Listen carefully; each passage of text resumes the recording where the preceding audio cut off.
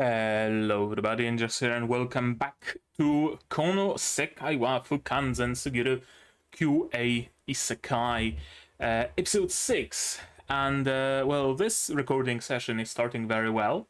I just realized, or remembered rather, that last week they released 2 episodes, 5 and 6, and I only recorded episode 5. And now I'm gonna have to record episode 6 and 7 to, be up to date. And if that was not enough, my office chair of 7 years just gave up its ghost, and right now I'm sitting on a nice wooden chair from the living room with a couple of pillows stuffed on it, and I'm gonna tell you it's no Herman Miller. So, not the best start, but hopefully we're gonna get something better than that out of it. Oh, also, it's really fucking hot, 29 degrees in the middle of the night, with a fan going full blast, and with a storm having just passed by. So, amazing. Amazing day. I'm having a great time. Okay. Yeah, regardless of that, I'm gonna have a great time. You know what? I'm gonna have a great time with this show. So, episode 6. What happened in episode 5?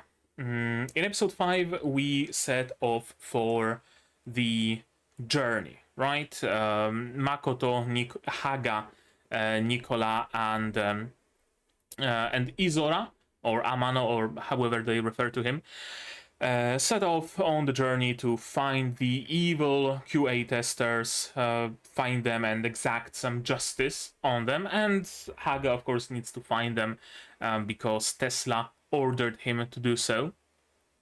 And yeah, they went on their way. They found their place, and that's a castle floating in the sky, like ripped out of the ground with like developer tools, I think, or something like that. Would be the back console, maybe. And they managed to make it into there thanks to a bug that Haga knows, and the bug that wasn't fixed, because that's interesting. We've seen that bugs, when they're reported, bugs are being fixed, right? The entire village where Amano was residing, everybody's animations and floating and stuff like that was fixed after Haga reported it. I would assume that he also reported the issue with the chests, and that wasn't fixed. So I wonder, maybe it's too big of a bug, right? Maybe it's a bug with like the physics engine in general, so that would of course be very hard to fix, as opposed to just, adding some animations to an NPC. So probably why the bug is still here, but it's interesting to see that some of them get fixed very quickly and some of them just completely persist throughout the journey. It's also going to be interesting to see if that comes into play. For example, if Haga maybe wants to use a bug with the chest again and it doesn't work. It was fixed, right? And what then? That would actually be interesting, and you know what? I'm gonna note it down. I'm gonna take a note of it, because it could actually be an interesting thing. Yeah, the bug with the chest is essentially when you punch the chest, it gathers like kinetic energy or something, and eventually releases it and launches you by opening the lid very fast, and that's how they were able to fly into the evil castle. Haga wants to utilize some bug, but it's been fixed. But it's been fixed. Yeah, that works. Right, they make it into the castle. They trigger a main quest. Part of the main quest is that they get placed in the jail, and they have to they have to run from the jail, right? They have to do a jailbreak and then continue on their quest. Interesting bit is that they were placed in a separate instance to the evil testers. That was super cool. That was a very nice moment. A lot of tension, just completely you know, quickly released with something that makes sense. Good shit. They of course managed to escape the dungeon, and on their way they encountered a boss, a monster who's supposed to be like the jailer, who's using like metal tongs for weapons and speaks purely in English expletives, bad words. So I mean, that's very interesting. Oh, and the entire like torture chamber where that boss resides is just chock full of pink and purple dildos. So, I mean, it really gives that, you know, feeling of reality to this show, because I mean, many games have Easter eggs like that and worse. Believe you me, I already mentioned the old header. If you really want to know what like weird shit people place in games as Easter eggs, yeah, check out old header's channel. Is my light flickering? I think it might be ever so slightly. I hope it's not too distracting. I really hope it's not too distracting. You know what? I'm gonna pause and I'm gonna figure that out. Okay, that's been handled. Apparently the frequency of one of the LEDs in my lamp doesn't agree with the frequency of my camera shutter, or agrees with it too much, and that causes flickering. I don't know. Regardless, I turned it off and now it should be better. Lighting is a little different. Probably even better, you know what? That one light bulb was like very, very warm light, so now it's a little bit more natural, I think. Whatever, regardless. What do I expect from today's episode? Well, we're gonna have to get that boss fight done, right? And beyond that, I'm not sure actually. Maybe we're gonna find something for Nikola. Maybe that skull that can do magic. That would be nice, because it's already been hinted at a little bit that Nikola would like to feel useful, right? But as it stands, she doesn't have the debug tablet, she doesn't have any magic, she doesn't have any super abilities, she doesn't have any knowledge of the bug, right? She's just kinda there without really much use, and she doesn't feel good with it. She's essentially just a proxy for Tesla, and that's where her role ends. So maybe right now she's gonna get something. Maybe that's gonna be a drop from the boss. That would be actually nice, you know? Yeah, we'll see. Boss fight, and then who knows what's gonna happen. We will know very shortly, but to do that we're gonna have to watch this episode, right? And to do that you're gonna need your subs, of course, to follow along with me. I'm gonna need my sound to hear what's going on in the show, and I'm gonna have to ask you for support. Support the channel if you want monetarily on Patreon, YouTube down below, or not. Share my content, spread the word, costs you nothing, helps a lot. And with that, we can start watching episode 6 of QA Sekai in 3, 2, 1, go. And I'm gonna lock exposure as well. Yeah, no reason to have the... Oh, well, that's Elgato camera hub being hung up. No response, not responding. Cool, Elgato. Amazing software you make. Whew.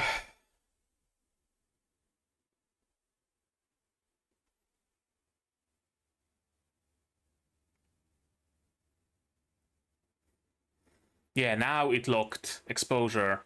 Great.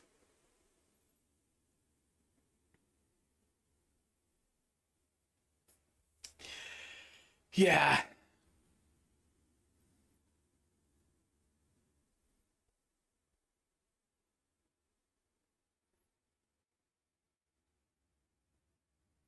Now using bracers as a like a replacement for a buckler.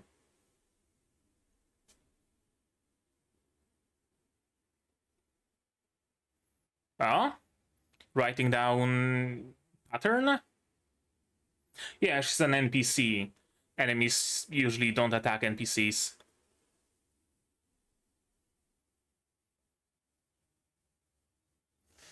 You could have waited with that after the battle.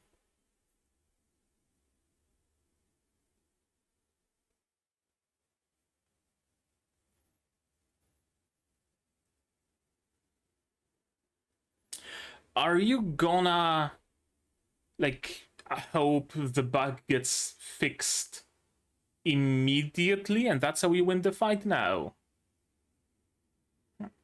I don't know.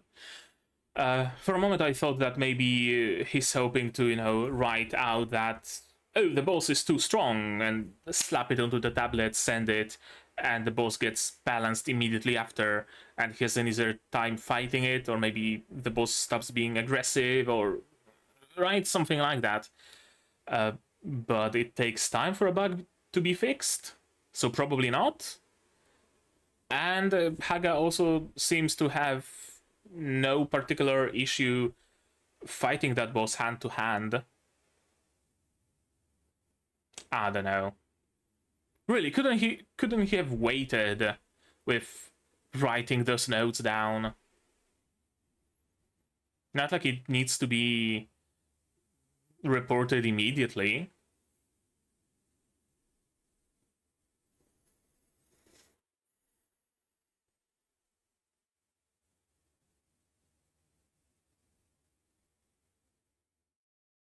Yeah, that's cool. I hope that's gonna be the drop from the boss.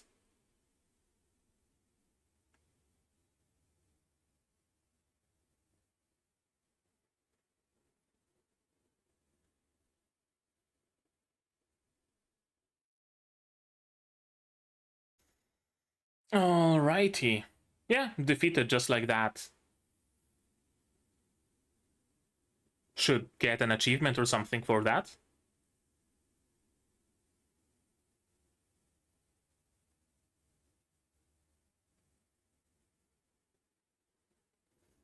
Hmm? Okay, another bug to file. Wait, didn't you have, like, specific report sheets? Now just any random note is fine? Yeah, very good point.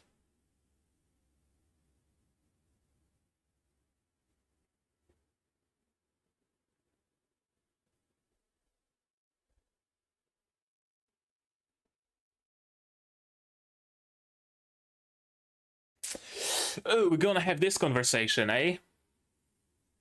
We'd leave this world.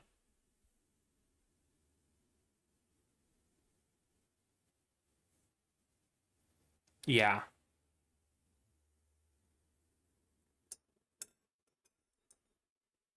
Good point, actually, yeah.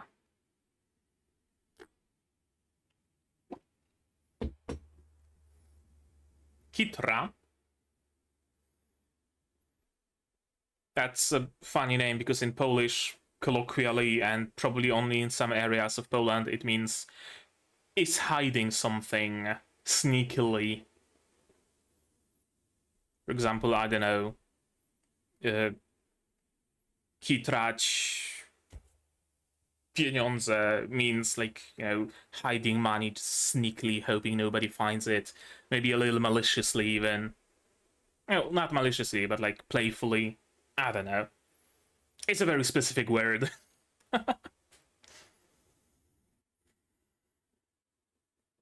Yeah, amazing place to figure out the plan.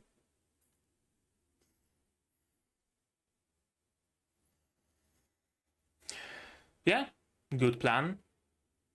We're not working bottom up, but rather top to bottom. Makes perfect sense.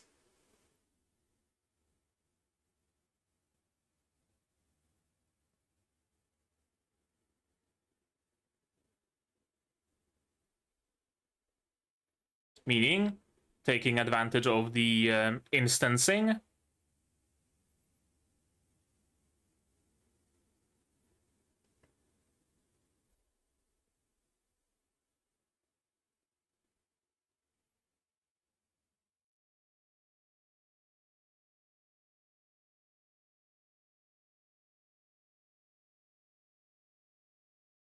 You're gonna be back to the general instance, yeah. Sure. It actually does make sense, yeah.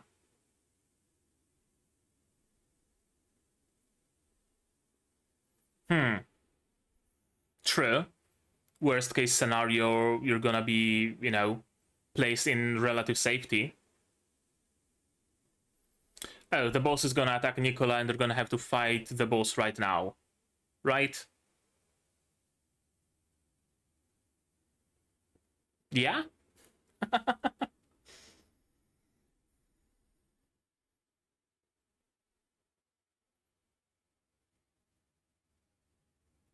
Hmm? Well, shit.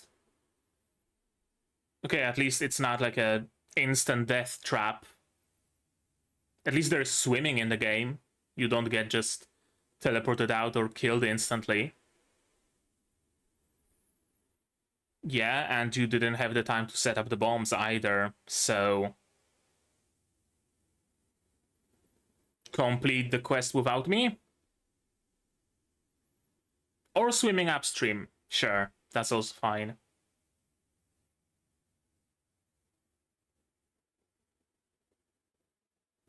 Just put all the stats in strength. Perhaps you could, like, drop your bombs down from that?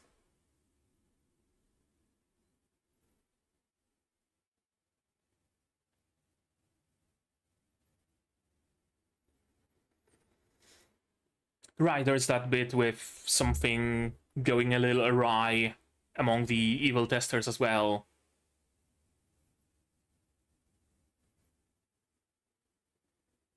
Yep.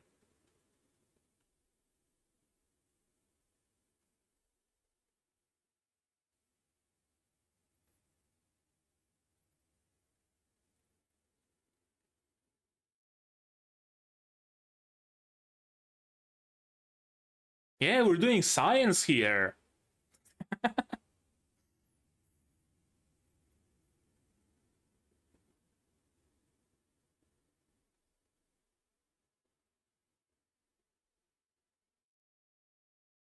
True, in a way.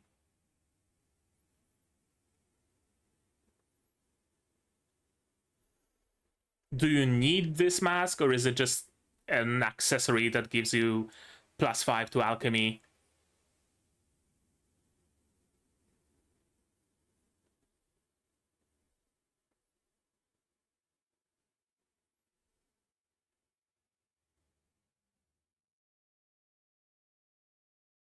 Oh no, others also have the mask. Is it a climbable surface? Or is it an exploit?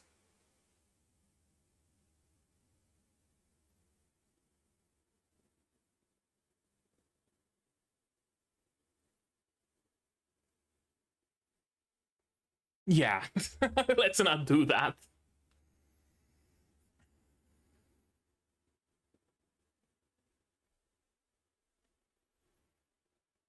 Yeah, let's get done with what we're doing right now. You know, get to relative safety.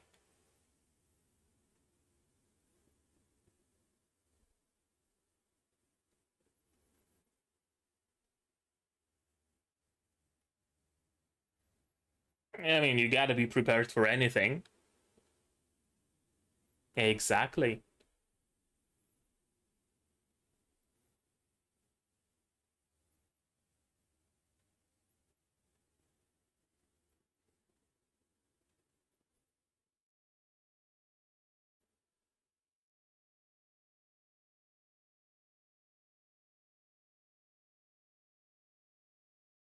Do you even know where this leads?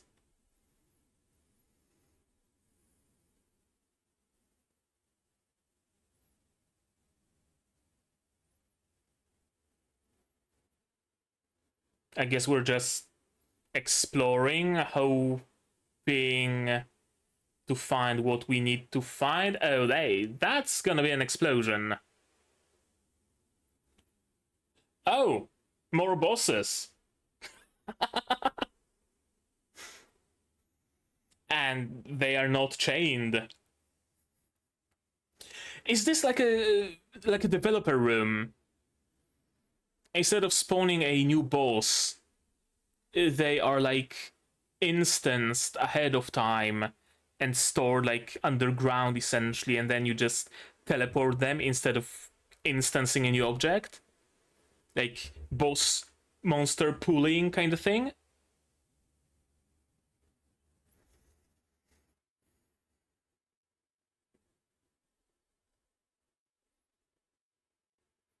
Yeah, you're releasing more of them.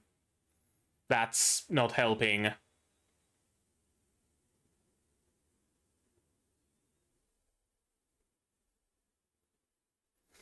How did it... Yeah, how did it get ahead of you?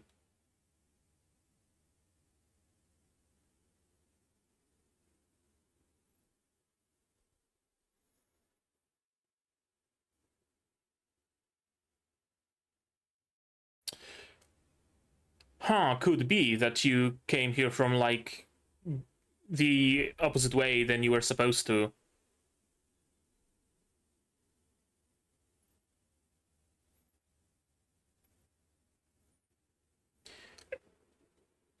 Uh, entity cramming, like from Minecraft? Or what are you hoping to achieve here?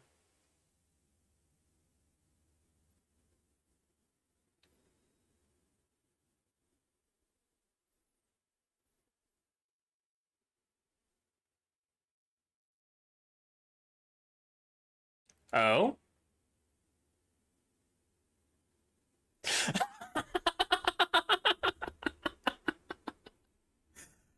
Yeah, too many entities.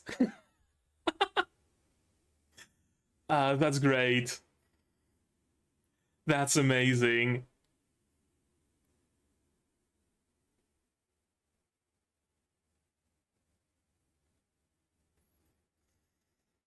Right.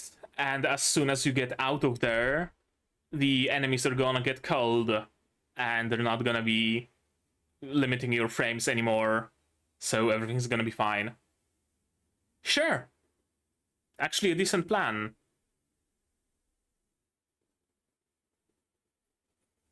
Why is it not lagging now?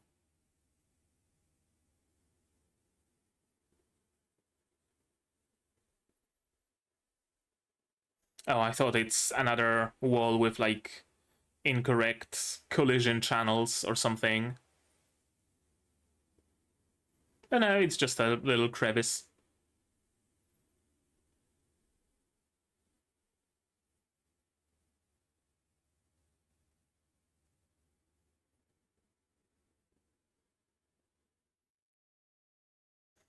Oh, that's the vampire. Hmm.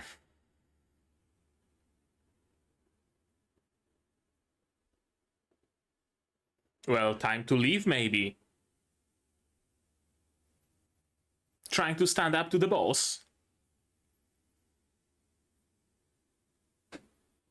Or is he trying to become the boss? Yeah? He seems like a person with ambitions of such a degree. How much time do you have left, though?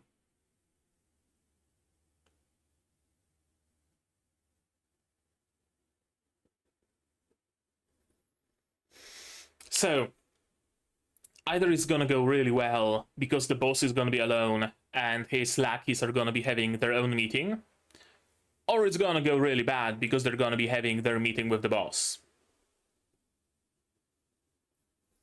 Yeah, not the best party composition.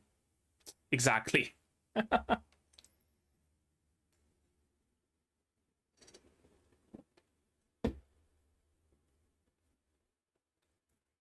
Oh, what have you been leveling then?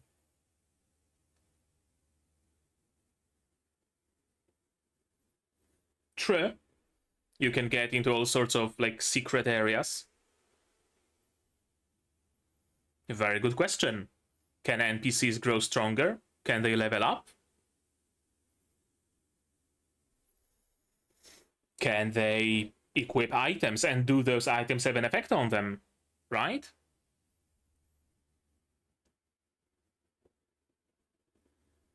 You'd think so, but you never know, really. But yeah, we're certainly hinting at Nikola wanting to be useful. and she's gonna be looking for ways to be useful. Yeah, they probably haven't spawned yet.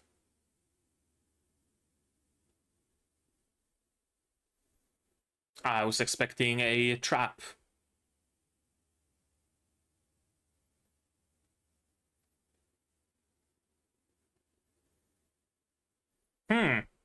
Final boss.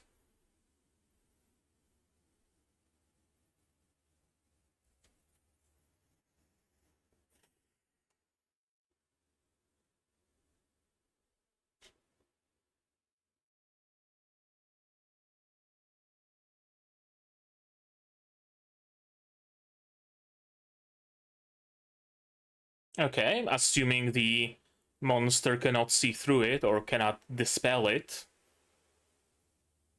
Yeah, probably a good way to go around it. That's the sword the elf girl was using, isn't it?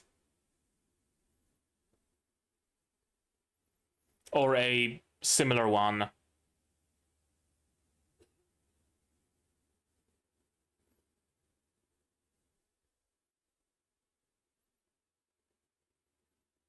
I mean, better than nothing.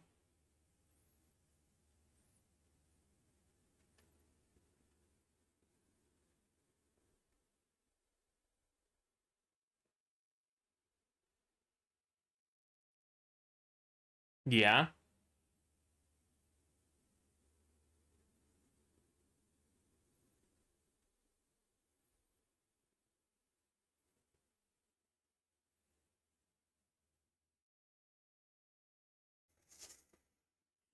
Apparently the windshield did not do much, did it?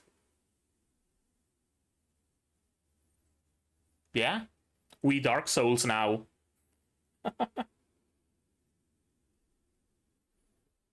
Okay, another question I had kinda sort of answered.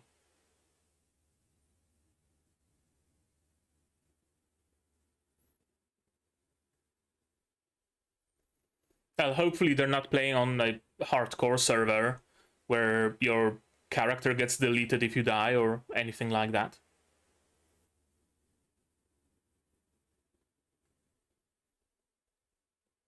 How?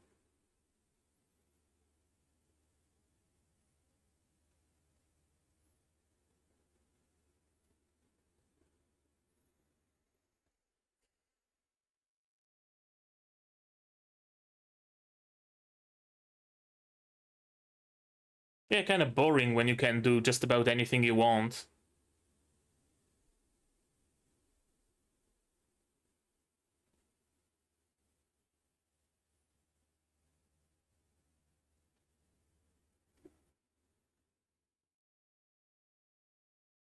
Yeah?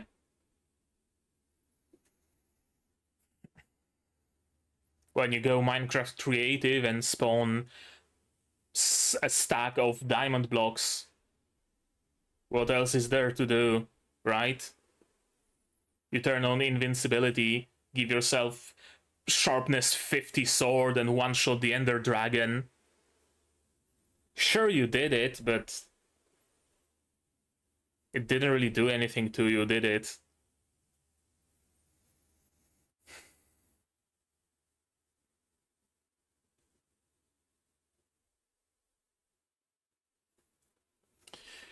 Could they maybe...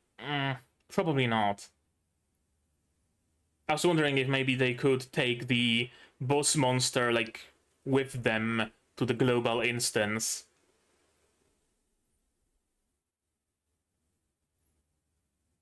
That could do something. Oh? The backstone?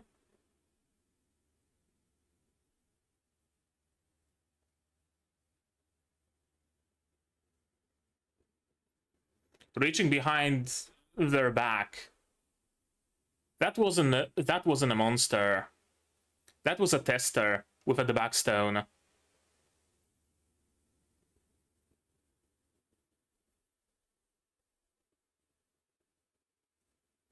I think so. And ending.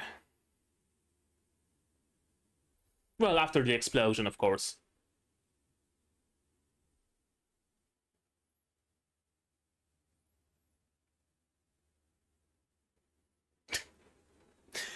Okay, that was enough damage.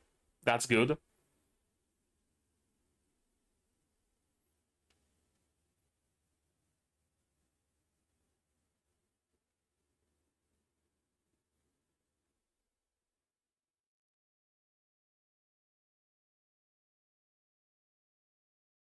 Check the quest log. They're doing a Caesar, eh? Yeah? They're doing a Caesar. Isn't he supposed to be, like, invincible, though? Aren't all of them? So, how would that work?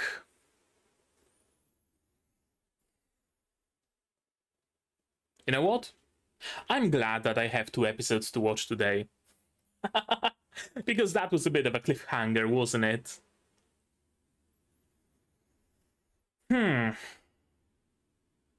A mutiny was brewing for sure.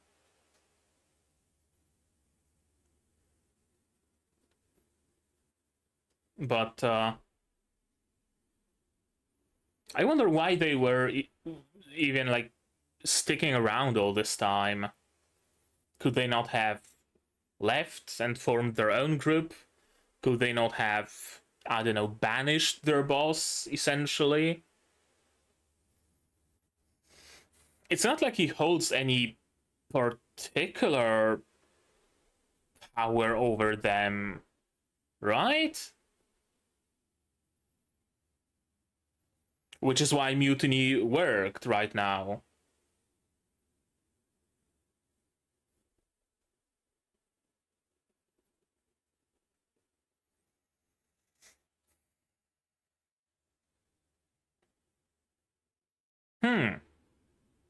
Interesting. Let's watch this episode again, shall we? Yeah, recap. Why are you taking the baggy notes right now instead of waiting after the battle is done? They don't need to be fresh. It's not bread. So why exactly? Also, didn't you need like special report sheets? Will a note written by an NPC's hand work, or is Haga planning to just take those notes and rewrite them into report sheets? Could be. Yeah, I guess making notes as he goes, essentially, so he doesn't forget any details, right? And after the battle is done, after he can sit down and make proper reports, that's what he's gonna do. Yeah, probably. I guess that would make sense. Torturer. It did say headguard a moment ago, yes. I even commented on the big discrepancy between it being and even characters in the show commented on the discrepancy of it being called head guard and yet being a monster. So, you know, torture would be closer to that. Developers are working on it, I guess. Too bad that they're working on it in a way of renaming mobs instead of instead of helping them escape. Yeah, if we can reach the devs, they should be able to help us log out. But they don't. Why? Good question.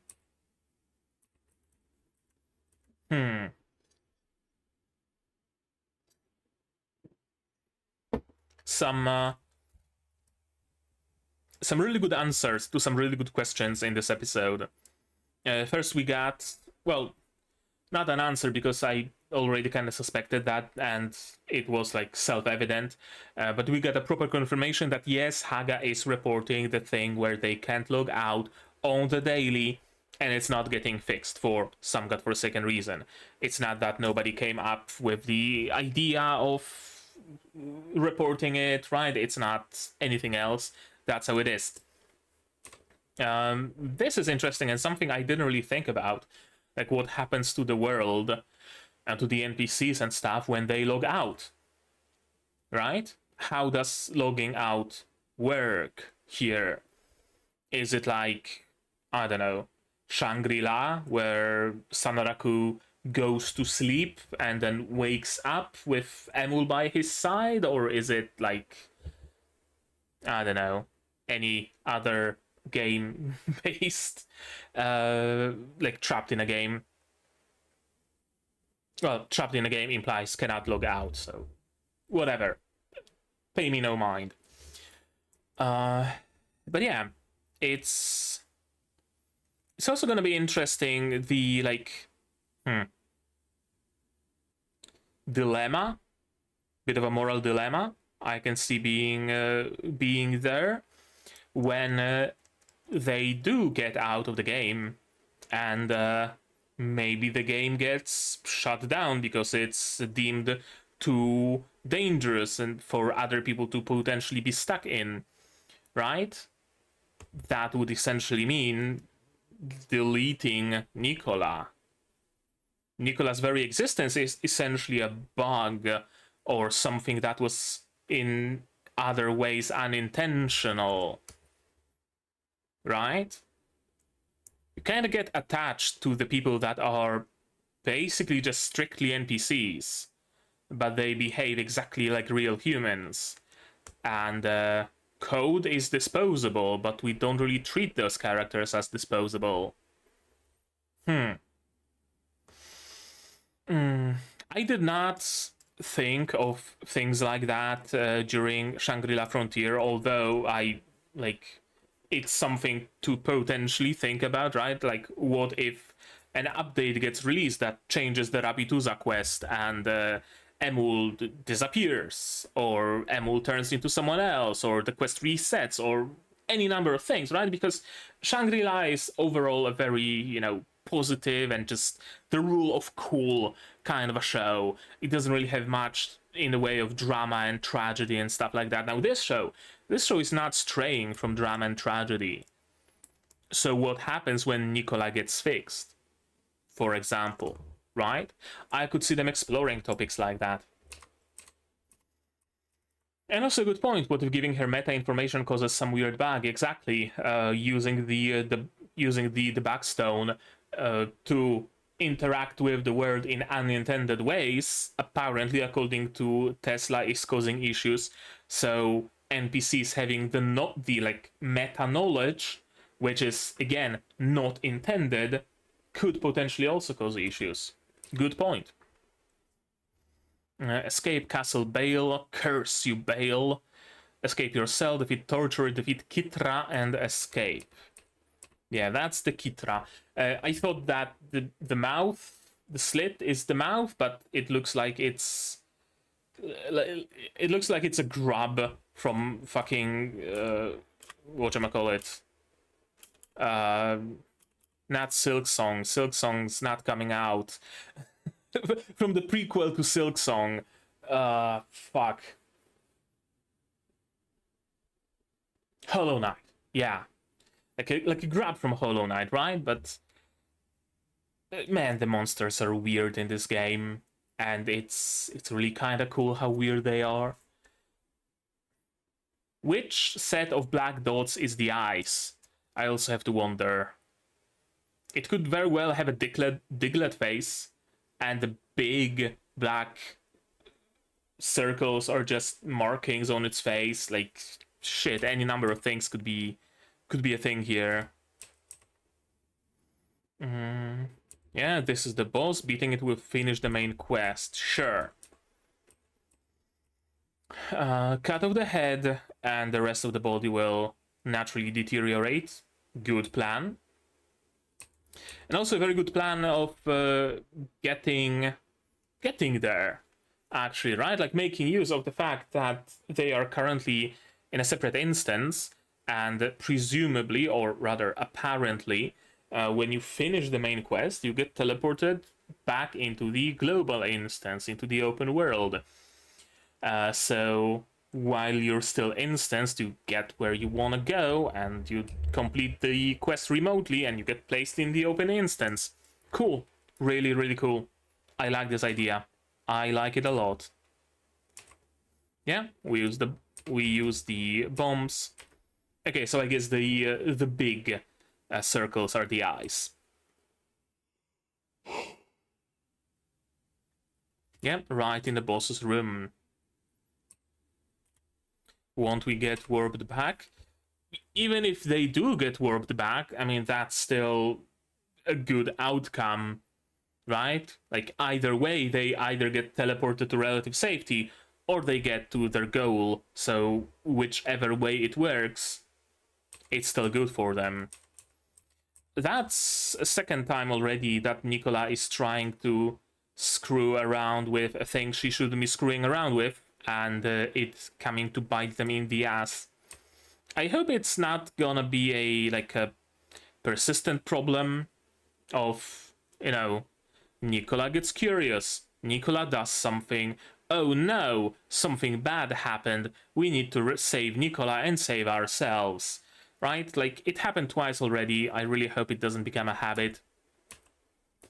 Now, it makes sense for her character, absolutely, right? She's very much curious of the world. She now knows for sure that there is more to the world than meets the eye, so of course she would like to see those things and learn those things. So she's curious, she's poking monsters with a stick to see what happens, right? Makes perfect sense. I really just hope it doesn't become like the sole source of just random issues, essentially, right? Now, granted, this was solved very quickly without much, much additional drama around it, but still. Asked the boss to come, but he didn't show. Yeah, the boss is getting bored. The boss is getting bored, but they aren't. They would really like to torture some more vampires, apparently. And, yeah. Put it to sleep. Climb up. Yeah, someday, I think. Hopefully. Hopefully. Probably not the best idea to go exploring the castle while you are, like, timed, right? Like, if you were here just coincidentally just exploring, then sure, absolutely. You see a hole in the ceiling, go and explore it. Sure. But you are, kind of running out of time already. You have like 2 hours left, so you never know where this hole in the ceiling would lead you. It could lead you a shorter way, it could lead you a longer way, it could lead you completely outside of the castle, it could lead you to a completely separate quest, or any number of things. I understand Haga's, like, curiosity and desire to, like, document all that stuff, so it's, like, on brand for him. I really just think it's an unnecessary risk, though.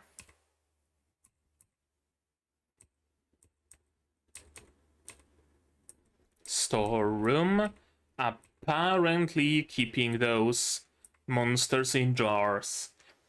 I gotta wonder, is it supposed to be an actual, like, part of the game, or did they make it to a developer room? Could be either, really. Then again, developer rooms are usually, like, better hidden than a random, like, hole in the ceiling. They usually require you to, like, no-clip at least. Although not always. In Fallout 76, yeah, in Fallout 76, that was like a big, huge drama where the players found a way to get to the dev room, where you were able to just get whatever, any sort of weapon, any sort of item, any sort of money, and anything you would ever want was in that room, and you could just shovel it up, gobble it up, however much you want. And yeah, that was a big issue. Bethesda started banning those accounts that would make it into that dev room, but then people figured they made a separate account Even if you needed to buy a separate copy of Fallout 76, that's like whatever, because Fallout 76 was going for nothing. It was like being taped to fucking cereal boxes. That's how cheap and worthless it was. So they would make a scapegoat, and the scapegoat account would go to the room, grab loot, get out, drop the loot on the ground, and then they would pick up that loot from the main account. Scapegoat gets banned, main account gets, perfectly fine. And right, and one other thing with the with this thing, Bethesda sent players an email asking them that, maybe if you if you know how players can get into that room, could you let us know, because we don't really know how you're all doing it, and we would maybe even consider unbanning your account if you were to tell us how did you make it. Boy, Fallout 76 was a shit show and a half, wasn't it? Feather, race of beast folk who can see in the dark. They live mainly on the small island in the northeast of Clayborne, where they trade with the continent using their excellent navigation skills. I would not think that's a beast folk. That's an undead if I've ever seen one. Gust, isn't it called Kitra? Oh, Gust as in magic. Gotcha, I thought it's talking about those monsters. Gust, the most basic spirit magic, uses the power of wind spirits to summon a blast of air, does no direct damage but can be surprisingly useful depending on the situation and terrain. Yeah, it was very useful against Nikola, for sure.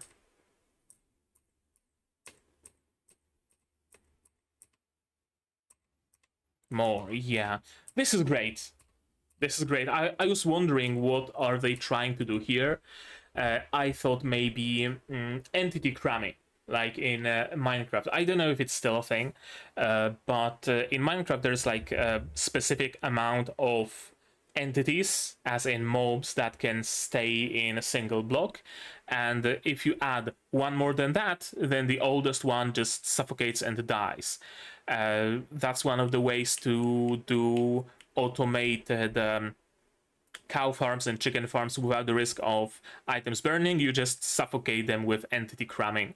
So I thought maybe he's going for something like that, but that wouldn't make much sense because it would still keep a large amount of monsters in the area, right? A constant large amount of monsters, but a large amount of monsters nonetheless. So probably not that.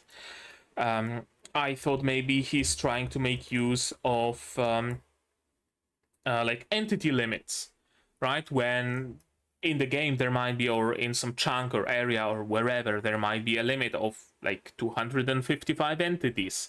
If entity 256 spawns, then entity number 0 gets despawned to stay within the limit, but that wouldn't make sense because only the oldest entities would be despawned, and those monsters are fairly fresh spawns, so probably not that.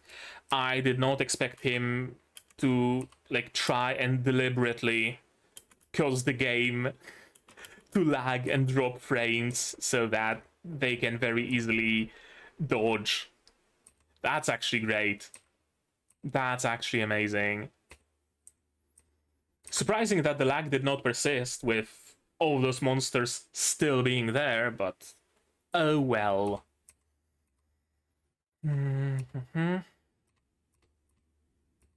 Emergency meeting. Getting tired of all this, yeah. Yeah, doing a little bit of a Caesar and Brutus, aren't we?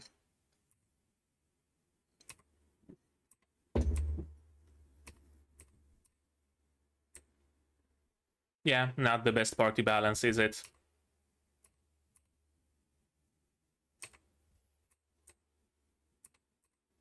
Can I get stronger too? A very good question, actually.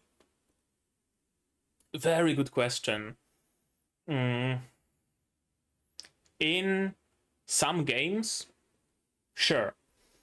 There's plenty of games where the characters actually use, the NPCs actually use large swaths of the same code that the player character does. It's simply easier this way, right? Like you build a generic template of a character that has stats and health and stamina and mana and stuff like that, and you use that for the main character. You add additional code on top of that. Might as well just reuse that base for NPCs as well. If that is the case, then yeah, absolutely, Nikola can grow stronger. Can she gain XP? We don't know that. Generally speaking, NPCs probably don't, but maybe she does. We don't know how. We don't know just how special she is. Can she equip items? Well, she can hold the lantern, so she can equip items to some degree. Do the effects of those items have an impact on her, though, right? If she equips a bracelet that gives her +5 strength, does she get stronger? Or is it just an accessory? So, really, depending on just how strong Nikola is and how this game is programmed, which we know that it's not programmed very well, she might actually be able to grow stronger. You never know. I'm also immediately reminded of Overlord and Ainz's tests trying to figure out if the NPCs can grow stronger as well. I want to be more useful. Yeah, that's the continuing theme with Nikola, isn't it? A monster that I've never seen. Is it a monster though? Because I have my doubts. We don't really see much detail to it. It can see through invincibility, and the sword is very similar to the sword that the elf girl from the opening has.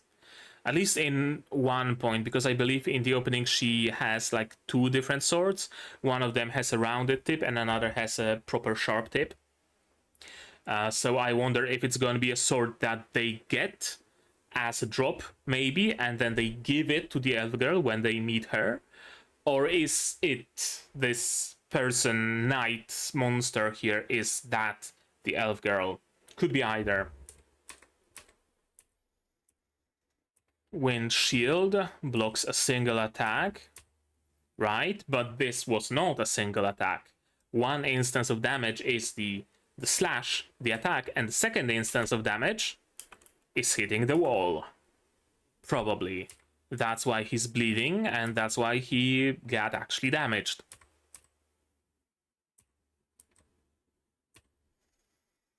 Nobody's tried it as far as I know. This game's so realistic you'd have to have nerves of steel to do that. Yeah, I mean, if a game is very realistic to the point where it's indistinguishable from reality, dying in that game would probably be just as scary as dying in real life, even if you have the knowledge and faith, I guess, believe that you are just gonna respawn.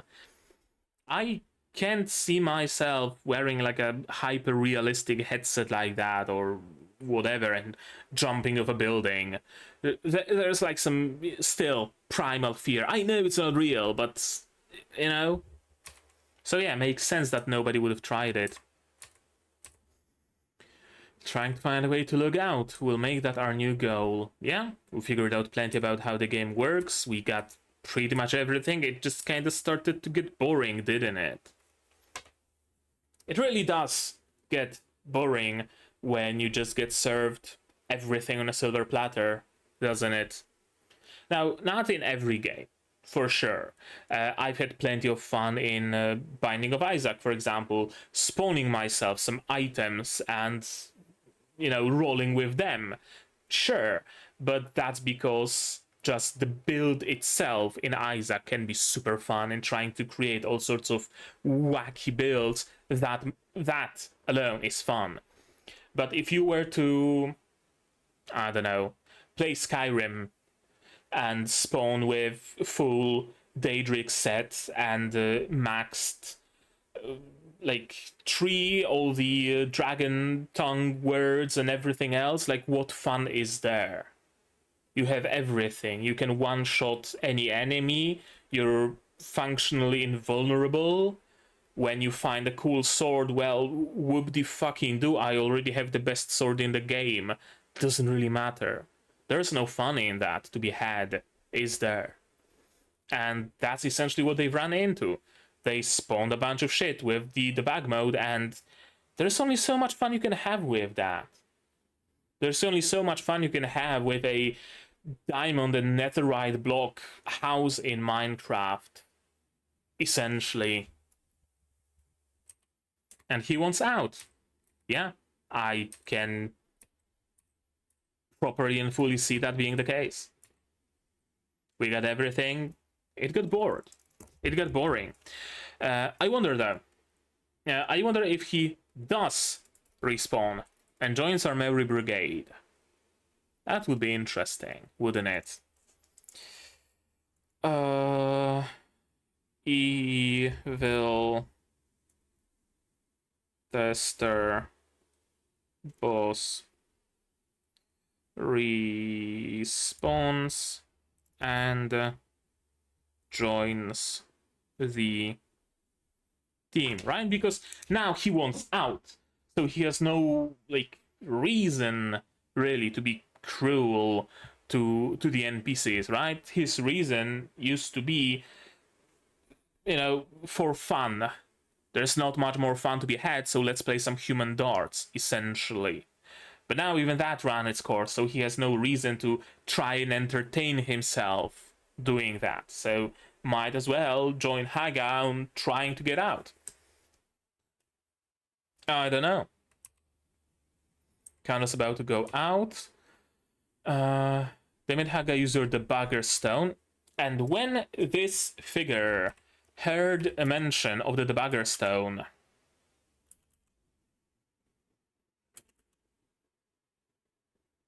no, after that, we'll fall back and come up with a new plan. We don't have a choice.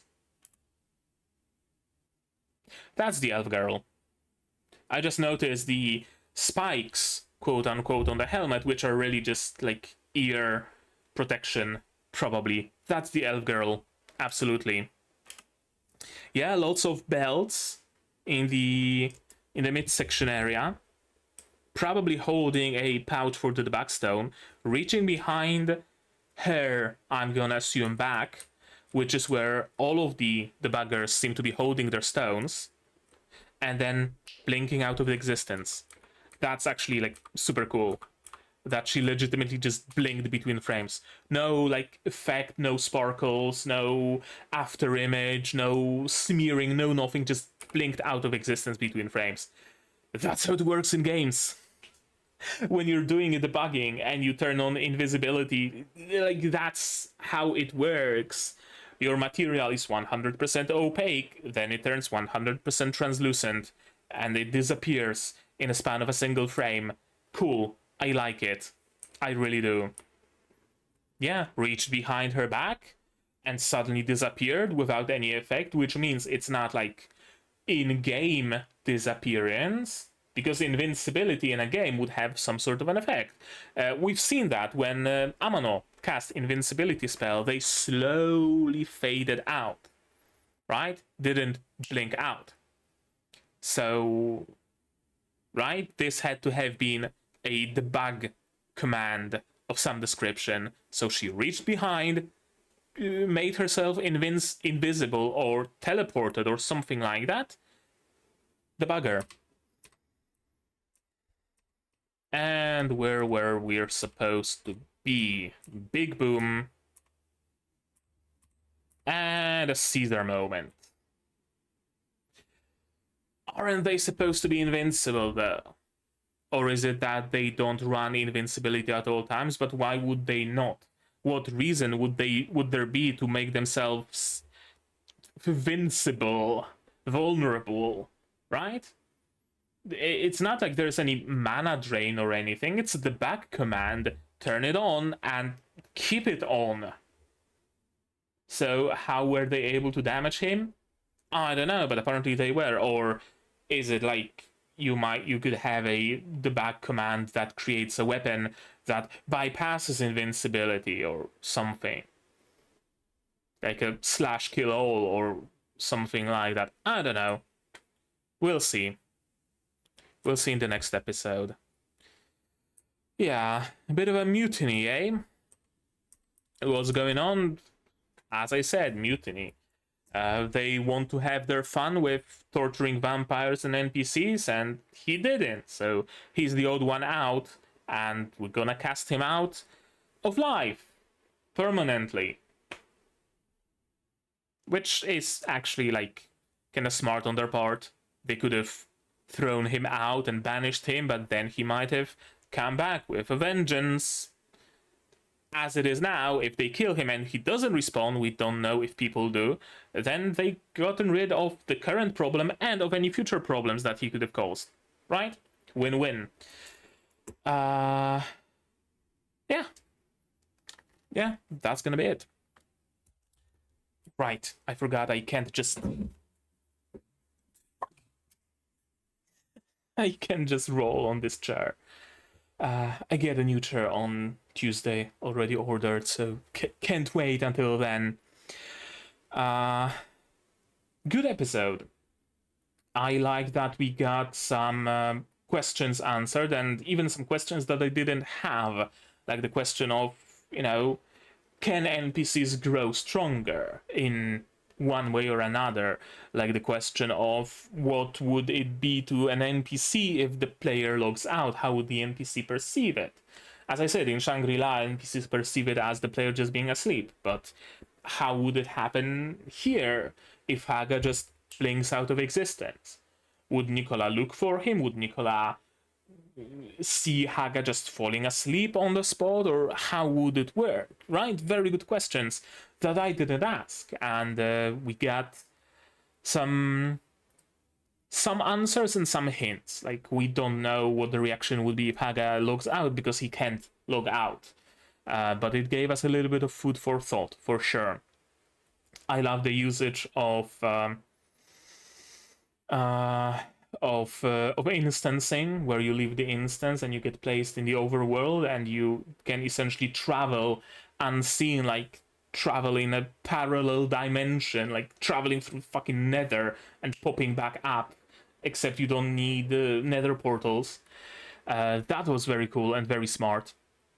I really like how much they use the bugs in this game and the glitches and the exploits, like with the FPS lowering, right? For example, I probably already said that once, but it bears saying again. I've seen way too many shows and way too many stories in general, be it manga or anime, that start with a gimmick and then just drop that gimmick, or maybe just include that gimmick every now and then, right? Like in this case, it could start as quality tester in another world or in the game, but it could just be a normal, regular, old-ass fantasy story with maybe every now and then a wall conveniently doesn't have collisions or the equivalent of that. But instead, no, they actually lean into this gimmick full throttle, and I really appreciate that.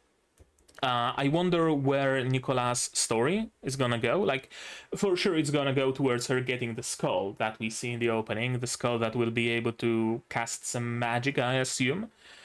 But I wonder how's she gonna get it, where's she gonna get that from, right? It's really gonna be interesting seeing Nikola grow as a character, which is also interesting from a meta standpoint, because if she can grow as a person, then she can grow being an NPC, so she can maybe grow stronger, right? If she can learn, she could probably learn that you swing your sword like that, and not like that. Or, you know, any number of things. She could probably learn how to shoot a bow, right?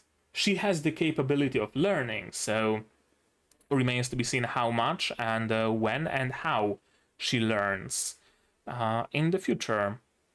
And I also wonder how Haga and Amano and Nikola are gonna get out of the situation they're in right now. They were hoping to only meet up with the boss and essentially 1v1 him and cut off the head of the entire organization.